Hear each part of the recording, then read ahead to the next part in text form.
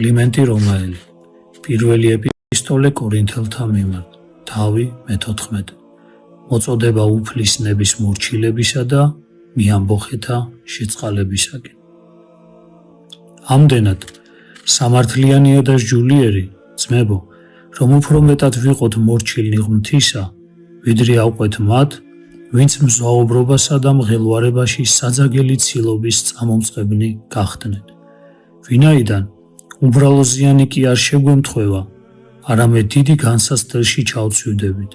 თუ კი განუსჯელად დავემორჩილებთ საკუთარ თავს იმ ადამიანთა ნებას, რომლებიც ჩვენ განხეთქილებასა და ამბოხში გვაგდებენ, რათა სიკეთეს დაგვაშოროთ.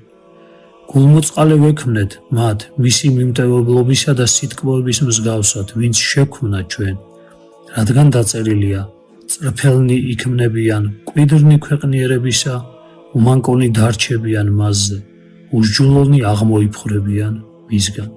და კვლავ ამბობს: ვიხილე უწმინდური, აღმაღლებული და აღმატებული, როგორც ლიბანის კედარი. დაავუარე გვერდი და აჰა, აღარ არის ის.